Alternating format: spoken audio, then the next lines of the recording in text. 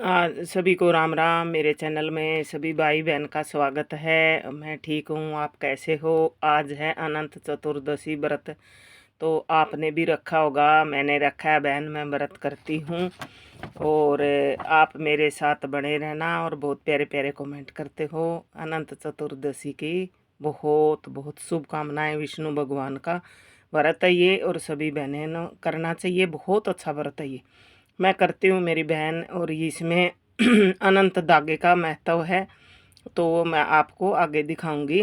ये अनंत चतुर्दशी व्रत कथा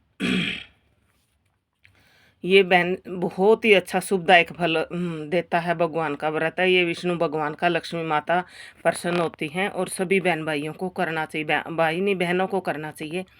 और अगर स्वस्थ हैं तो करो बहनों, बहुत ही फलदायक व्रत है और साल में एक ही बार आता है। इसमें क्या महत्व है कि इसका धागे का है कि अंत धागा होता है ना, ये बहुत ही हमारा रक्षा करता है। तो ये साल में एक बार आता है। उस दिन चतुर्दशी आती है ना, ये अंत चतुर्दशी, उस दिन इसको पुराने वाले को खोल दो और नया धागा गांठ लगा करके अगले दिन से बांध लो, ऐसा होता है इसमें। और कई बहनें चांदी का पहनती हैं, तो बहन मैं चांदी का नहीं बनवा पाई क्योंकि एक दो बार ऐसे दिक्कत हो गई थी, तो मैं बहन धागा बांधती हूँ। लेकिन श्रद्धा होनी चाहिए बहन, धागे की कोई बात नहीं। और श्रद्धा तो भगवान तो खुश हो जाते हैं, मन में भाव होना चाहिए भगवान के प्रति।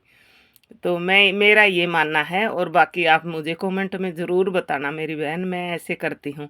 तो इसमें क्या है, 1.25 किलो होता है मीठा और पंडित और पंडितानी के वस्त्र होते हैं जोड़े के साथ में। तो ये और दक्षिणा होती है साथ में। तो और 1.25 किलो मीठा होता है, इसमें नमक नहीं खाना होता उस दिन ना। तो ये मैं करती हूँ तुलसी मैया में पूजा यहाँ बैठकर। अब मैं आपको कथा सुना रही हूँ मेरी बहन, सुनना ज़रूर। और इसमें क्या है, 1.25 किलो जलेबी ले लो। अगर कोई आंट बीड़ हो तो भी अपने पूड़े भी बना सकते हो आप ना, श्रद्धा अनुसार, कोई वो नहीं है। और बड़ा परिवार हो तो खा भी लेते हैं और बांट भी देते हैं अभी शहरों में। और अब तो मैं आपकी बहन तो अमेरिका में आई है, यहाँ तो बिल्कुल ही बंधन होता है, कोई गाय नहीं है ना, पक्षियों को डाल सकते। तो इसलिए हर जगह अलग अलग रूल होते हैं।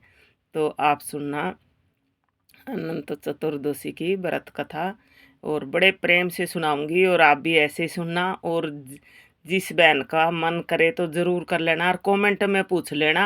बहुत ही आसान तरीका है इसका रखने का, तो ज़रूर करना मेरी बहन आप व्रत। जो भी बहन को करना हो तो कमेंट में पूछ लियो, बहुत ही फलदायक है। तो मैं यही कहना चाहूँगी। मैं अमेरिका में हूँ और मैंने भी आज व्रत किया है। अपने इंडिया में एक दिन पहले हो जाता है, यहाँ एक 12 घंटे का फ़र्क है, तो आगे पीछे इतना तो चलता है। तो ये अपना ये है रक्षक हमारा, ये 14 गांठों वाला धागा, अंत धागा बोलते हैं इसको। तो इस सूत के धागे में मोली नहीं है अपनी, पीला धागा उसमें आता है, उसमें गांठें लगानी है और बहुत आसान से। अब मैं थोड़ी सी फिर आपको डिटेल में बता दूंगी, अगर आपको पूछना हो तो ज़रूर बताऊंगी, पूछ लियो। और ये जलेबी हैं, गोल चीज़ों का इसमें भोग लगता है, आप भी। और ये अपना सीजनली फ्रूट है, केला और सेब तो 12 महीने चलते ही हैं, तो जो फ्रूट होता है उसका लगा लो। और ये चावल हैं। तो गणेश जी भगवान हैं, आज गणेश चतुर्थी भी है और गणेश विसर्जन है, तो पूजा करते हैं सभी बहन भाई। और गणेश भगवान और विष्णु भगवान, लक्ष्मी माता सभी को बहुत बहुत आशीर्वाद दे, सबकी मनोकामना पूर्ण करें।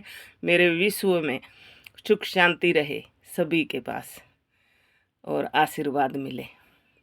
तो अभी हम शुरू करते हैं अपने अंत चतुर्दशी की व्रत कथा। आप सुनना बहन आराम से, सभी भाई बहन जिसको भी पसंद आए। तो तिलक लगा लिया अभी हमने। एक बार महाराजा युधिष्ठिर ने राजसूय यज्ञ किया। उस समय यज्ञ मंडप का निर्माण सुंदर तो था ही, अद्भुत अद्भुत भी था। वह यज्ञ मंडप इतना मनोरथ था कि जल व थल की विभिन्नता प्रतीत थी नहीं होती थी।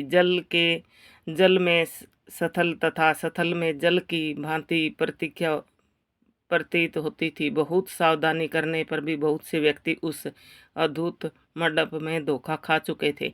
एक बार कहीं से टहलते टहलते दुर्योधन भी उस यज्ञ मंडप में आ गया और एक तालाब के स्थल समझ में उसमें गिर गया। द्रौपदी ने यह देखकर अंधों की संतान अंधी कहकर उसका अपमान किया। इससे दुर्योधन चिढ़ गया और उसके यह बात उसके हृदय में बाण समान लगी। उसने मन में दोष उत्पन्न हो गया और उसने पांडवों से बदला लेने की ठान ली। उसके मस्तिष्क में उस अपमान का बदला लेने के लिए विचार उपजने लगे। उसने बदला लेने के लिए पांडवों को द्रुत क्रीड़ा में हराकर उसका अपमान का बदला लेने की सोची। उसने पांडवों को जुए में पराजित कर दिया। पराजित होने के प्रतिज्ञा अनुसार पांडव 12 वर्ष तक वनवास भोगना पड़ा। वन में रहते हुए पांडव अनेक कष्ट सहते रहे। एक दिन भगवान श्री कृष्ण जब मिलने आए तब युधिष्ठिर ने उनसे अपना दुख कहा और दुख दूर करने का उपाय पूछा। तब श्री कृष्ण ने कहा, हे युधिष्ठिर, तुम विधि पूर्वक अंत भगवान का व्रत करो। इससे तुम्हारा सारा संकट दूर हो जाएगा और तुम्हारा खोया राज्य पुण्य प्राप्त हो जाएगा। श्री कृष्ण द्वारा सुनाई गई कथा। प्राचीन काल में सुमुत नाम का एक नेक तपस्वी ब्राह्मण था। उसकी पत्नी का नाम दीक्षा था। उसकी एक परम सुंदरी धर्म प्रयागा तथा ज्योतिमयी कन्या थी जिसका नाम सुशीला था। सुशीला जब बड़ी हुई तो उसके माता दीक्षा की मृत्यु हो गई।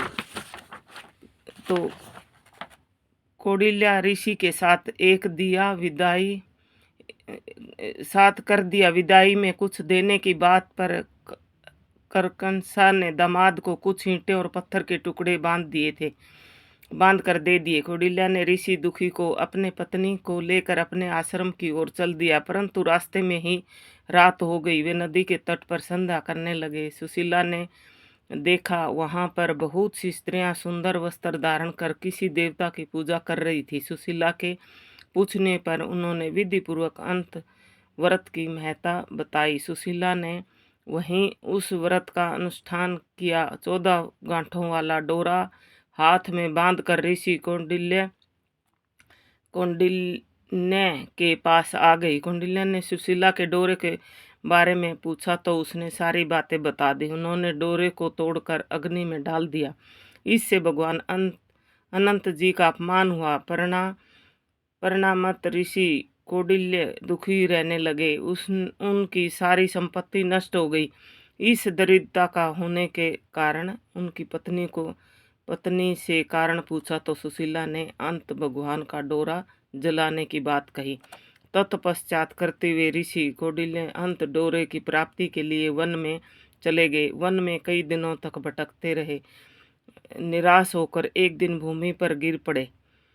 अंत भगवान प्रकट होकर बोले, हे कौंडिल्य, तुमने मेरा निस्तार किया था, उसी से तुम्हें इतना कष्ट भोगना पड़ा। तब तुम दुखी हुए। अब तुमने पश्चात